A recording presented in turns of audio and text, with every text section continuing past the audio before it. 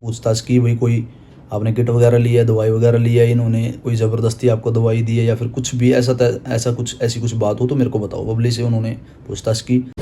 टाटा छोटा हाथी,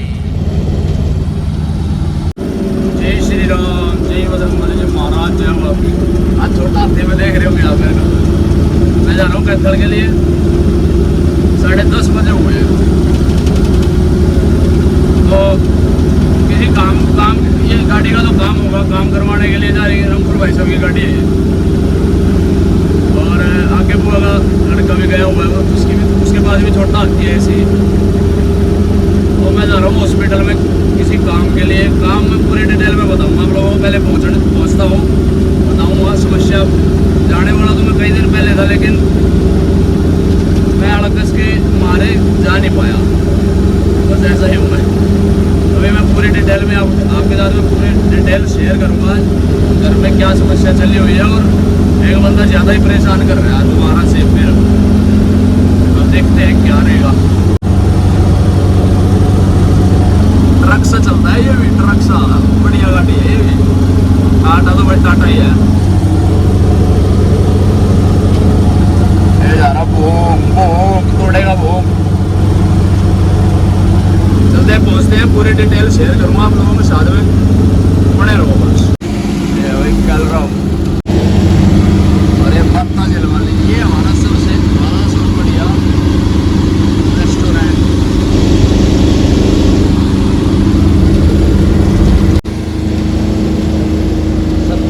72 पे जाएगी, 72 पे टॉप।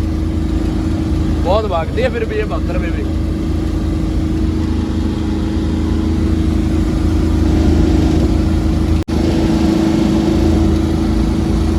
अम्बाड़ा कैथल तो वापिस जाना पड़ेगा।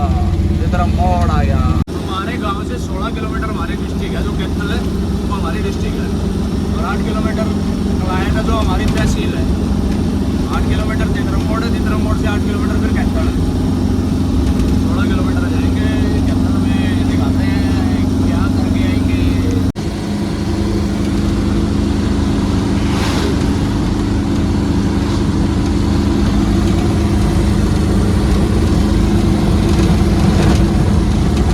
ये दिख रहा है निशान,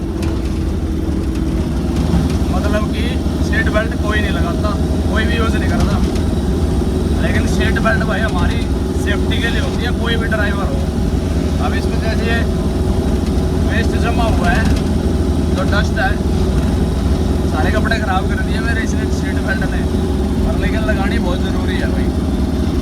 लेकिन जिस हिसाब से ये पड़ी है, पानी भी इसके अंदर गया हुआ है और वेस्ट भी चली गई है, डस्ट भी, तो उसके हिसाब से पता चलता है कि भाई किसी ने भी यूज़ नहीं कर रखी है ये महीने 2 महीने से।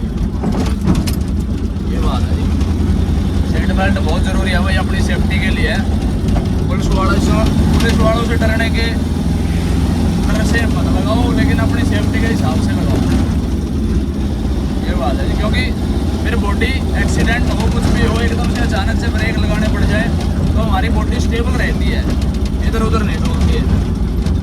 इसके हिसाब से फिर सीट बेल्ट होती है। ब्रेकर बड़े बड़े बना रखे हैं रोड के बीच में।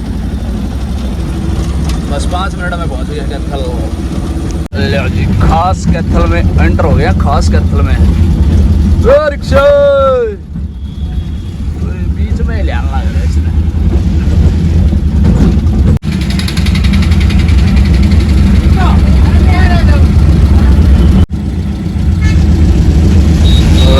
ले भाई मेन मार्केट में एंटर हो गए। मेन मार्केट में लगा जी, जहाँ भी इनका काम होता है गाड़ियों का। ये है भाई 65 नंबर। 65 मेरे को नहीं पता कहाँ का नंबर है। 64 हमारा है कैथल का, 64 टैक्सी नंबर, कमर्शियल व्हीकल में नंबर। हाँ ये है गया बिट्टू बुआ का छोरा, देख लो के बीमारी है बे।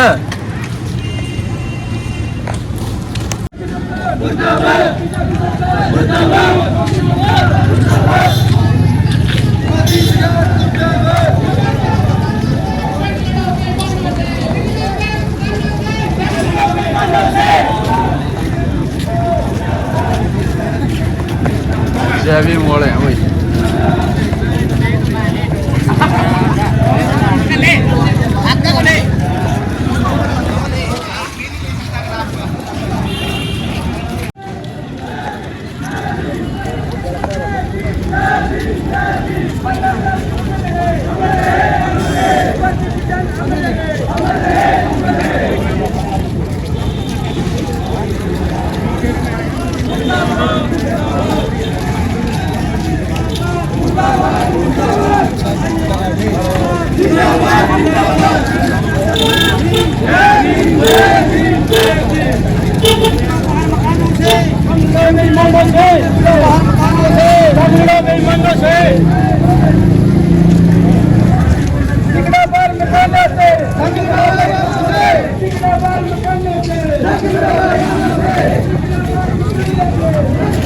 आजा चाय नहीं रुका खाऊंगा यार, भूख लग रही है, मतलब भूख लग यार।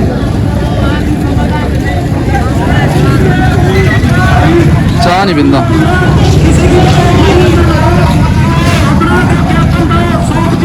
भारत बंद, आरक्षण को बचाने के संपूर्ण भारत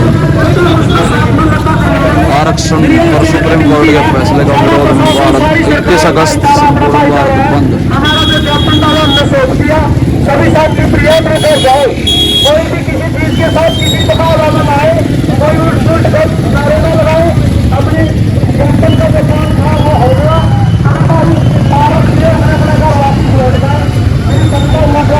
वेरी गुड भाई, वेरी गुड। कह रहे हैं दंगा नहीं करना भाई किसी भी बंदे को।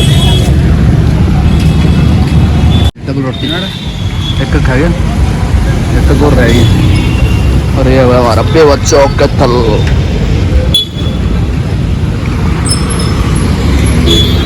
भाई महाराजा श्री अग्रसेन जी महाराज। अरे पेवा चौक, अरे बाइक खड़ी, डबल रोटी खा ली भाई, चलते हैं। अरे अपनी मोटरसाइकिल यहाँ आ गई है और हेलमेट भी। रामफुल आया, सचिन आया, बाइक ले आई अपनी भी।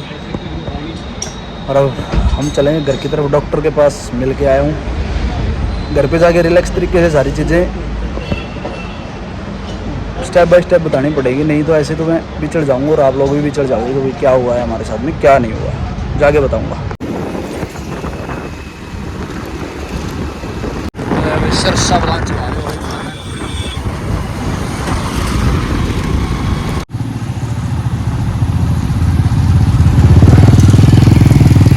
सोलर लगेगी खेत में, उसके डॉक्यूमेंट कंप्लीट हो गए, दे दिए इनको।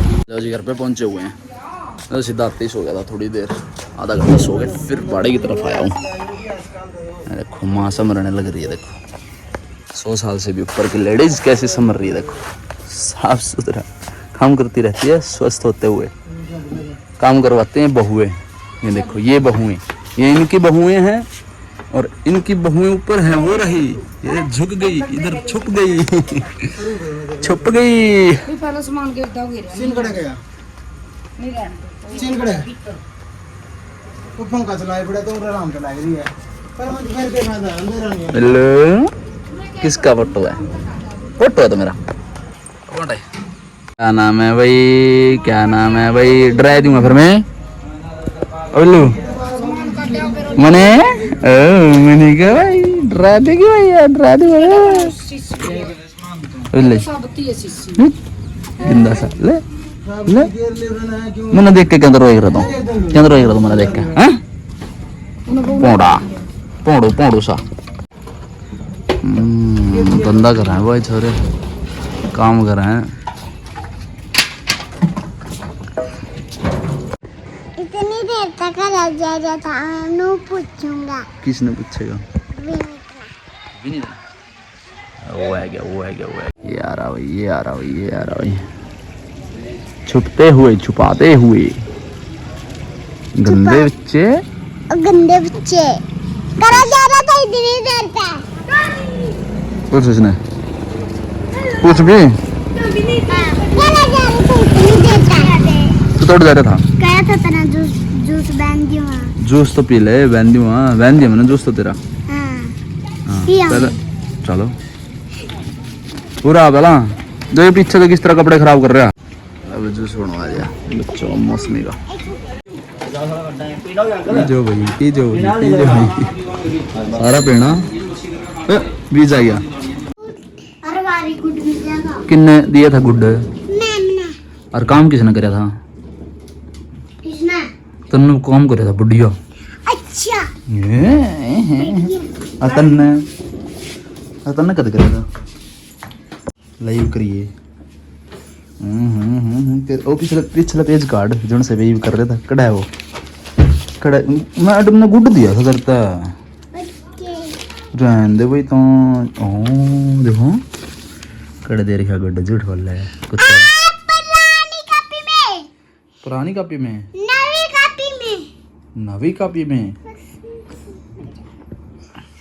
हाँ।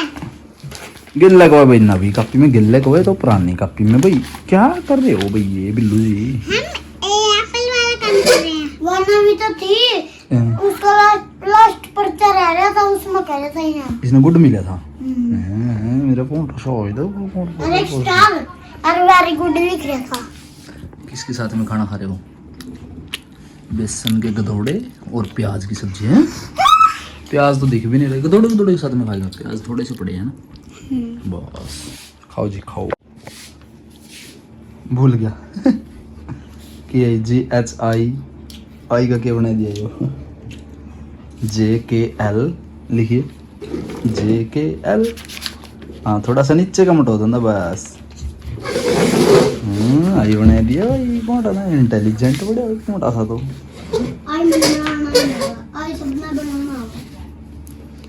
JKL M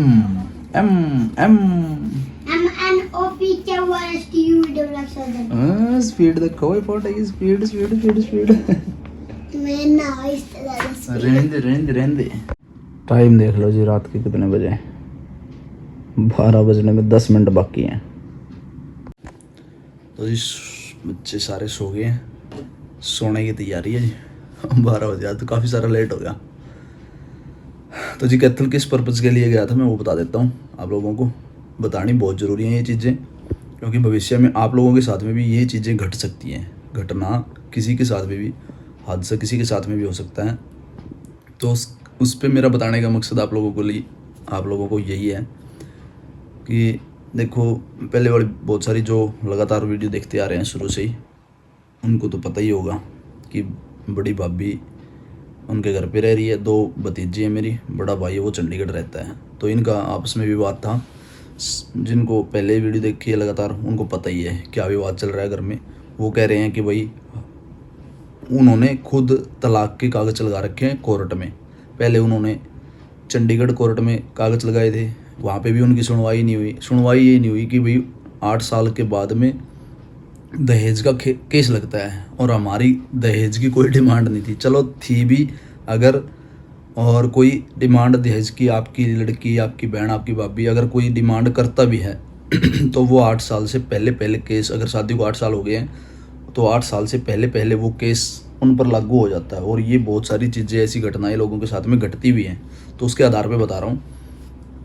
अब दहेज केस भी नहीं लगा चंडीगढ़ भी नहीं लगा कैथल महिला मंडल के अंदर वो केस डाला उन्होंने उसमें भी नहीं लगा। कलायत SP के यहाँ इन्होंने हमारी कंप्लेंट करी थी भाई की। हमारा तो खैर नाम निकल गया उससे। तो इनको इस चीज़ का भी दुख हो गया कि भाई मेरा और पापा का और मेरी माँ का नाम कैसे निकल गया क्योंकि हम उनके किसी भी मामले में इन्वॉल्व नहीं थे। फिर भी हमारा नाम हमने हमारी भाषा के अनुसार हमने जो कलायत थाने के अंदर IO के सामने बैठ के हमने हमारी बातों का मतलब सुझाव उनको दिया कि भाई हमारी ऐसी कोई डिमांड नहीं है ना तलाक की और हम तो हमारी भाभी को लेके आना चाहते हैं उसी के मकान में हम रह रहे हैं अब भी। ठीक है जी। उसका मेन रोड़ा है उसका भाई है जो उसको वो तनाव कर रहा है कि भाई तलाक ले और इनसे पैसे की डिमांड कर। अब वो डिमांड कर रहे हैं 2 लाख रुपए कैश और जो हमारी ज़मीन है उसमें से आधा हिस्सा और जो घर है उसमें से भी आधा हिस्सा। घर तो पूरा ही नाम है चलो वही उनका ये घर तो ठीक है जी। 2 भतीजी हैं वो अपने साथ में लेके गई है और पीछे भी अभी विवाद चला था 2-3 दिन मेरे ख्याल से वो लोग नहीं आया था। तो उसी के कारण जब मैं पिछली बार यहाँ पे था तब की बात है ये तब भी विवाद इनका चल ही रहा है लगातार। तो अब इनकी जो कहीं पर भी इनका केस नहीं लगा, चंडीगढ़ नहीं लगा हमारे ऊपर, और कैथल कोर्ट में भी नहीं लगा, महिला मंडल में भी नहीं लगा, और ना फैसला किया। पंचायत में कई बार पंचायतें हो चुकी है, फैसला वो करने के लिए राजी नहीं है। हम लेके आने के लिए राजी हैं, भाभी को भी बच्चों को भी, ठीक है जी। माँ बाप भी राजी हैं, भाई भी राजी हैं, सब हम राजी हैं, ठीक है जी। तीनों जगह चंडीगढ़, कैथल और ना कलायत, इनका केस हमारे ऊपर नहीं डल रहा है। अब हमारे को नहीं पता, लेकिन अब जो केस ये डाल रहे थे वो भाई के पास में 2 लड़कियां हैं, भाभी की 2 लड़कियां हैं, तो 2 लड़कियों के बाद में फिर तीसरी बार जब ये, देखो मैं कहना नहीं चाह रहा लेकिन मेरे को बताना आप लोगों को फ़र्ज़ बनता है कि भाई किसी को ये गलतफहमी ना हो कि भाई हम गलत हैं, या फिर किसी के साथ में ऐसी घटना घट जाए तो आपको क्या कदम उठाने चाहिए। हमारे को इस बात के बारे में भी नॉलेज है हमारे को, क्योंकि हमारे कभी थाने तहसीलें हुए ही नहीं। हम 9 भाई हैं, 8 ब्याहे हुए हैं, 1 कुंवारा है, और 4 हमारी बुआ जी हैं, और आगे 6 हमारी सिस्टर हैं। आज तक हमारे साथ में ऐसा कोई हैपेंस हुआ ही नहीं। और 5 मेरी मम्मी और थी, चाची, ताई, मौसी और मम्मी 5 थी वो भी। और ऐसा हमारा जो थाने वाला, कोर्ट वाला, ऐसा कचहरी वाला हमारा साथ में ऐसा कोई सिस्टम आज तक हुआ ही नहीं। तो वो अब केस हमारे ऊपर ये डाल रहे हैं, जब तीसरी बार प्रेग्नेंट हुई भाभी तो उसके ऊपर ये हमारे ऊपर केस डाल रहे हैं। 1 महीना भाभी उनके घर पे चली गई जब वो प्रेग्नेंट थी 1.5 महीने से, और 1.5 महीने की जो प्रेग्नेंट लेडीज़ होती है उसके जेंडर का कभी भी पता नहीं चलेगा। और जेंडर का भी अगर आपको पता करना है तो वो 2 नंबर में पता होता है भाई।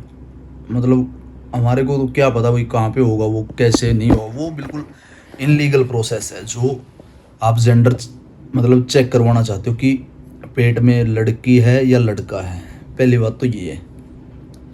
और उसकी कार्रवाई भी 2-3 हफ्ते के अंदर होती है, मतलब 2-3-4 हफ्ते के अंदर। अगर आपने कन्या भ्रूण हत्या पाप करवाई है तो उसका केस आपके ऊपर 2-3 हफ्ते में लगेगा और आप चेकअप करवाओगे। अब उसको मई का महीना था, और मैं और मेरी घरवाली वो अपने घर पे गई हुई थी, मतलब उनके घर पे गई हुई थी यहाँ से, और बच्चा ख़राब हो गया भाई, यहाँ पे यहीं पे ख़राब हो गया था। तो नहीं, यहाँ यहीं पे नहीं ख़राब हुआ, यहाँ से ख़राब हो गया, हाँ यहाँ पे ख़राब हो गया, हमारे घर पे ख़राब हो गया वो बच्चा, मतलब वो ब्लीडिंग शुरू होगी। तो ये लेडीज़ों के मामले, ये तो भाई मेरे को इतनी नॉलेज तो नहीं है, लेकिन वो ब्लीडिंग यहाँ पे शुरू होगी। भाई काम पे था, दिल्ली ट्रैक्टर पे था, पता नहीं इधर उधर था, मेरे को पक्का पता नहीं है। तो वो अपने घर पे चली गई, वहाँ से भी ब्लीडिंग 1 महीने लगातार चलती रही, वो अपने घर पे ही रही। और इनकी नीयत में तब भी खोट था कि भाई हम इनके ऊपर केस करेंगे या फिर ये करेंगे वो करेंगे, हमारे को तंग कर दें, सारी चीज़ें इनकी प्रोसेस चली हुई थी। हमारे को कोई पता नहीं। 1 महीने के बाद में फिर इसकी जो माँ है वो कैथल लेके आई, और कैथल इन्होंने चेकअप करवाया, नहीं कैथल, हाँ कैथल आ गई है। फिर उसके बाद में मैं और मेरी मिसेज जो मेरी घरवाली है, मैं और वो और बबली जो हमारी भाभी है, वो हम गए सिंघानिया हॉस्पिटल में ही जाके आया हूँ मैं अभी तो क्या दिन में ही गया था मैं, दोबारा से 12 बज के, ठीक है जी। उसके बाद में फिर हमने जो डॉक्टर ने, सिंघानिया डॉक्टर थे, उन्होंने हमारे से पूछताछ की, भाई कोई आपने किट वगैरह ली है, दवाई वगैरह ली है, इन्होंने कोई ज़बरदस्ती आपको दवाई दी है या फिर कुछ भी ऐसी कुछ बात हो तो मेरे को बताओ। बबली से उन्होंने पूछताछ की। बबली कह रही कि भाई नहीं, मैं अपनी मर्ज़ी से मतलब जो सफाई करवाना चाहती हूँ, क्योंकि उन्होंने कहा कि भाई ब्लीडिंग 1 महीने से शुरू है, क्योंकि डॉक्टर हाथ लगाते ही बता देगा आपको चेकअप करते ही बता देगा कि भाई आपके पेट से ब्लीडिंग जो 1 महीने से है, 2 महीने से, या फिर 5 दिन से, 10 दिन से, डॉक्टर तुरंत बता देते कि भाई आपने ऐसा क्या किया, भाई आपने दवाई वगैरह कुछ, इन्होंने ज़बरदस्ती कुछ। बबली बोली कि भाई नहीं ऐसा कुछ नहीं था, ये तो बच्चा वैसे ही ख़राब हो गया। मैंने सोचा कि भाई आज रुक जाएगी ब्लीडिंग, कल रुक जाएगी, परसों रुक जाएगी, लेकिन 1 महीना हो गया। उनके घर पे भी रह आई, उनके घर वालों ने इस पर गौर नहीं करी, तो वो हमने गौर करी। मैं गया, 10,000 रुपये लगे भाई मेरे। तो मैडम सिंघानिया मैडम बोल रही कि भाई इसके पेट में मतलब कि जो पीस कोई कुछ भी होगा, जो पार्ट बचा हुआ है, और वही धीरे धीरे जो ब्लीडिंग के रूप में अपना जो ख़त्म होते हुए एंड हो रहा है। और अब आप बताओ मेरे को, सफाई करनी है या फिर आप ऐसे ही जाओगे घर पे, या फिर कुछ भी। एक कंडीशन का जो टर्म एंड कंडीशन होती है डॉक्टर की, उसके ऊपर पेज पे साइन होते हैं, मेरे साइन थे, और वहाँ पे सबसे पहले भाभी के साइन लिए गए, क्योंकि डॉक्टरों को पता होता कि भाई कन्या भ्रूण हत्या पाप का ऐसा कुछ केस इनके ऊपर ऐसा जो आधारित है वो ना हो। तो सबसे पहले भाभी के यहाँ से केस हुआ, साइन हुए भाभी के, फिर मैंने साइन करे कि भाई डॉक्टर मैडम बोली सिंघानिया मैडम के भाई बताओ आप कौन हो। मैं कहा जी मैं इनका देवर हूँ, छोटे बड़े भाई की घरवाली है। चलो ठीक है जी, साइन हो गए, 10,000 रुपये लग गए हमारे उस दिन और हम सफाई करके घर पे आ गए। तो अब वो मुद्दा ये अब उठा रहे हैं 2022 पता नहीं 23 ऐसी कुछ समथिंग से बात है, पता नहीं 22 की बात है भाई, मई का महीना और 2022 की। मेरी मिसेज बताती है, मेरे को तो ध्यान भी नहीं रहती इतनी चीज़ें कि भाई मई का महीना था और हम तीनों गए थे।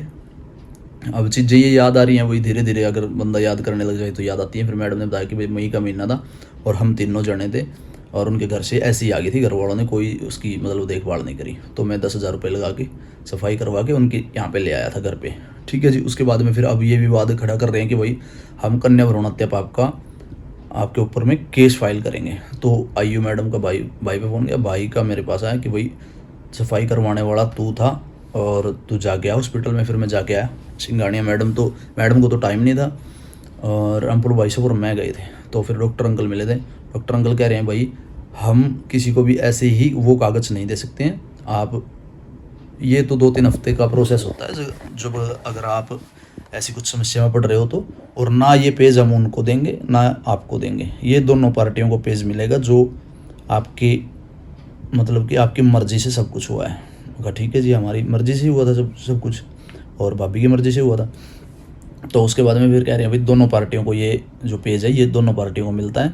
और कलायत थाने से जो आईयू का फ़ोन भाई के पास गया था और कलायत थाने से फिर पुलिस आई थी, वो उनको कागज़ सबमिट हो गया है कि भाई वो कोर्ट में केस मतलब कोर्ट के कागज़ों में वो सबमिट हो जाएगा। वो कागज़ हमारे को भी नहीं मिला और ना ही आपको मैं दे सकती और ना मैं उनको दूँगी, ठीक है जी। तो फिर वो दोनों पार्टियों को मिलेगा, वो मिलेगा उनके वकील को, उनके पुलिस केस के हिसाब से उनको मिल गया, सबमिट हो गया।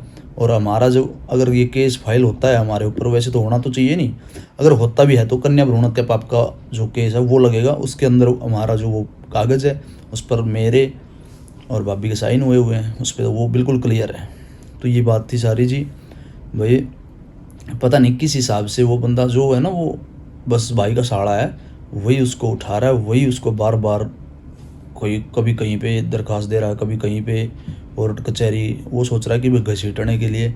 अरे भाई जब हमने कुछ पाप कर ही नहीं रखा, भाई ने नहीं कर रखा, हमने नहीं कर रखा, हमारे ऊपर तो कभी केस फाइल हुआ ही नहीं। अगर अब भी होता है तो चलो भाई वो भगवान की मर्जी है, वो तो चलो भाई ठीक है। वो कहता है कि भाई आप लोग किस चीज़ में पावरफुल हो, मैं आपको ये ऐसे घसीट दूंगा, मैं पैसों के दम पे, क्योंकि वो सरकारी जॉब है उसकी। हमारे घर में तो एक बंदा भी, एक लड़का, भाभी, भाई, बहन, माँ, चाचा, ताऊ, कोई भी हमारे घर पे नौकरी नहीं है। हम तो करते हैं और खाते हैं, मेहनत करते हैं और खाते हैं, कमाते हैं खाते हैं।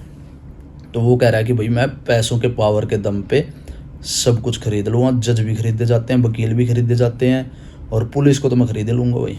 मैं चलो भाई वो तो परमात्मा की इच्छा है, भाई क्या होगा क्या नहीं होगा, वैसे तेरे मतलब उसके बकवास करने से क्या होगा, बस सरकारी नौकरी है उसके, वो भाई कुछ भी बोल रहे कुछ भी कहे, लेकिन हम भाई लगातार अपने काम धंधा करके अपना पेट पालने की कोशिश कर रहे हैं। तो जी ये पूरी जानकारी मैंने आप लोगों को बता दी।